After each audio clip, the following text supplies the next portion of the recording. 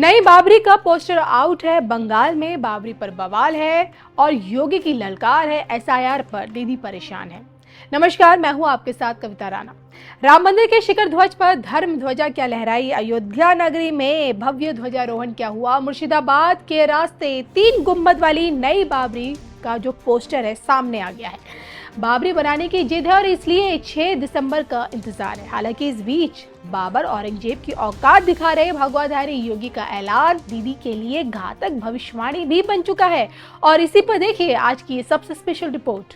बंगाल से अयोध्या तक तूफान, बंगाल में संतों की हुंकार, निशाने पर ममता सरकार। देखिए सिर्फ धर्म ज्ञान। अब तक बंगाल की सियासी जंग में दीदी जनता के सामने भाजपा को बाहरी पार्टी बताती आई है और भाजपा दीदी के वोट बैंक को घुसपैठिया बताती आई। लेकिन अब सोचिए, हुमायूं कबीर के एक ऐलान से बंगाल की सियासी लड़ाई 360 डिग्री घूम गई, क्योंकि अब प्रदेश की सियासी जंग में एक नई बाबरी मस्जिद की एंट्री हो चुकी है। अब आप इसे विनाशकाली विपरीत बुद्धि कहें या फिर खुद के पांव पर कुल्हाड़ी मारना। टीएमसी विधायक हुमायूं कबीर ने मुर्शिदाबाद में 6 दिसंबर को बाबरी मस्जिद का शिलान्यास करने का ऐलान किया और जाहिर सी बात है कि इतना बड़ा ऐलान दीदी की मंजूरी के बगैर तो हो नहीं सकता है। मतलब बिल्कुल साफ है कि दीघा में जगन्नाथ मंदिर बनाने वाली दीदी सच में बाबरी मस्जिद की चाहत रखती हैं। अब सवाल उठता है कि अचानक से टीएमसी को बाबरी मस्जिद की याद कैसे आई? क्या इसके पीछे की वजह मुर्शिदाबाद की 75% मुस्लिम आबादी है? क्या इसके पीछे की वजह मुस्लिम समुदाय की आस्था को सम्मान देना है? क्या इसके पीछे की वजह बाबरी विध्वंस की बरसी है या फिर इसके पीछे की वजह सनातन को तिरस्कृत करना है? वजह देखिए जो भी हो, फिलहाल मुर्शिदाबाद में बनने वाली 3 गुंबद वाली बाबरी का पोस्टर भी सामने आ चुका है। और अब जो कि टीएमसी की जिद है नई बाबरी बनाने, और इसलिए कबीर हुमायूं यही रट लगाए हुए हैं कि मस्जिद तो वो बनाकर ही रहेंगे। लेकिन भाजपा ने भी ठान लिया है, बंगाल में कहीं बाबरी मस्जिद बनती है तो वहां मंदिर बनाकर रामलला को वापस लाया जाएगा।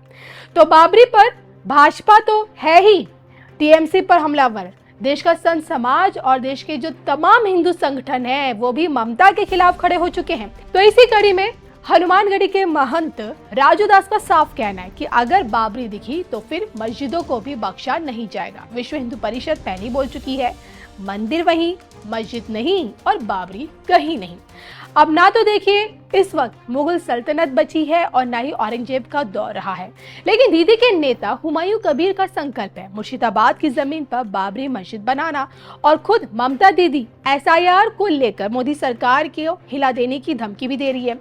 6 दिसंबर को जो होगा वो होगा। फिलहाल एसआईआर के विरोध में ममता दीदी की पैदल यात्रा से देश की राजनीति गरमाई हुई है। जी हाँ, एसआईआर के डर से रोज के हजारों की संख्या में बंगाल में बसे जो घुसपैठिए हैं वो अपना बोरिया बिस्तरा बांधकर वापस अपने वतन लौट रहे हैं।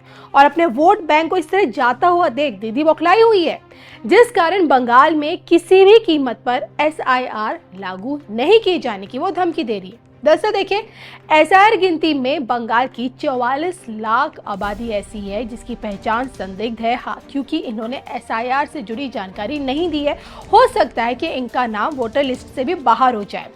एक्शन में चुनाव आयोग है और विरोध में दीदी खड़ी है। नई बाबरी पर बड़ा बवाल, योगी की घातक ललकार, ममता की बौखलाहट। देखिए सिर्फ धर्म ज्ञान।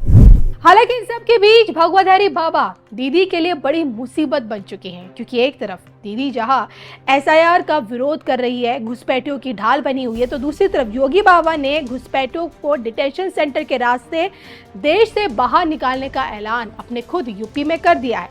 एक तरफ दीदी की सरकार में नई बाबरी बनाने का ऐलान हो रहा है और दूसरी तरफ बाबर और औरंगजेब के खिलाफ योगी की ललकार दीदी के लिए घातक भविष्यवाणी बन रही है। सुनिए बाबर औरंगजेब को लेकर बुलडोजर बाबा की ये 2 पहले यातना दी जाती है, आरे से चीरा जाता है। भाई सतीदास को रुई के बंडल में डाल करके उसमें आग लगाई जाती है और भाई दयाला को उबलते हुए पानी के डेग में डाल करके उन्हें बलिदान कर दिया जाता है।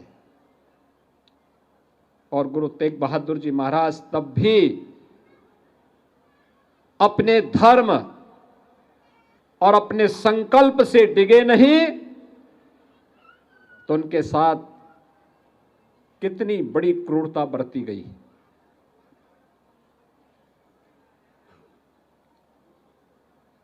बहनों और भाइयों, में आज जब हम लोग इतिहास के उन क्रूर क्षणों को स्मरण करते हैं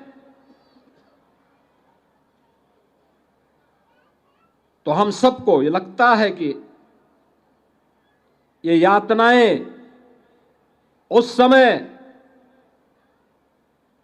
इस गुरु परंपरा ने न केवल सही थी बल्कि आवश्यकता आने पर उस यातना और उस क्रूरता का जवाब देने के लिए अपने आप को तैयार भी किया था।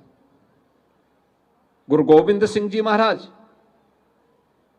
को जब हम स्मरण करते हैं, मात्र 9 वर्ष की उम्र में जिन्होंने अपने गुरु और अपने पिता को खोया हो, जिनके 4 साहबजादे इस सनातन की रक्षा करने के लिए बलिदान हो गए हों, और दुनिया के अंदर ये बहुत कम उदाहरण देखने को मिलता है जो गुरु गोविंद सिंह जी महाराज के बारे में हम देखते हैं। एक शहीद पिता के पुत्र हैं तो शहीद पुत्रों के वे पिता भी हैं।